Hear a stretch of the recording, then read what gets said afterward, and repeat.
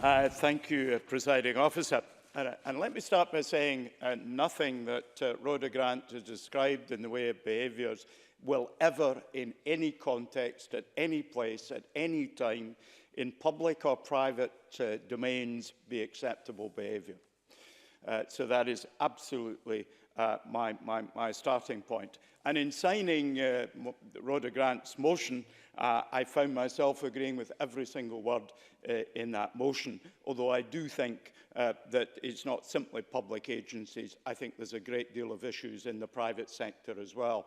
And I'm going to make a little bit of reference to that. I will say I'm not as well prepared to respond on the specifics of Rhoda Grant's contribution, simply because I wasn't aware that was to be the focus, and it might have been helpful to have let me know, and I would have wished to respond.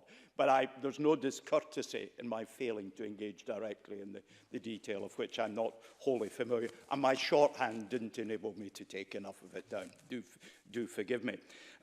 I suppose there's a very simple little thing that more than 30 years ago illustrated to me attitudes in other people that I hadn't quite twigged. I recruited a systems analyst, a lady, who had previously been a systems analyst, who'd been out of the job market for some time, raising a family. And I recruited her as a part-time member of staff. I assessed her as being highly competent with good previous experience. In the computer industry, things move fast. So I agreed with her that I would pay for her to go on a full-time course for her first week. And that was agreed with her, and I sent her on that course. My boss discovered I had done this, and I got quite severely criticised for spending money on a course for a part-time woman. And I was absolutely shocked. It never, ever occurred to me. But it was shocking that my boss thought in those terms. Now, let me take that further. That person continued in her employment for several decades and then retired. On the day she retired, she would not leave the office until 8 o'clock at night that day because she wanted to complete the work that was in her in-tray.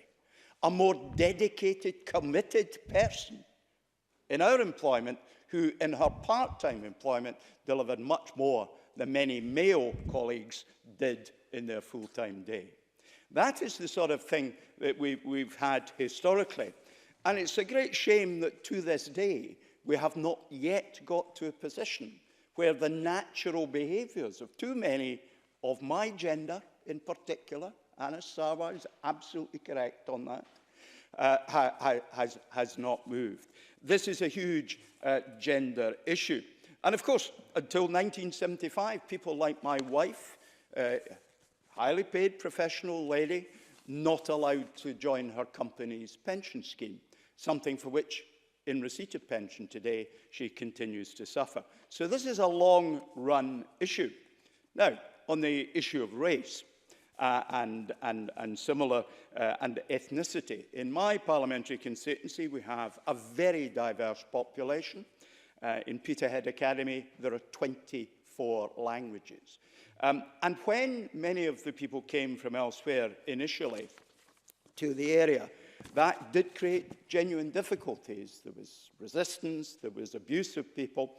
But I commend the Aberdeenshire Council, not my party in administration, so I do so entirely honestly, who acted and organised ways of getting the community to realise the value of that diversity and what people were contributing economically, socially, in every possible way. And today, I see the benefit of that. Have we eradicated misogyny, racism, harassment and sexism? No, alas, no.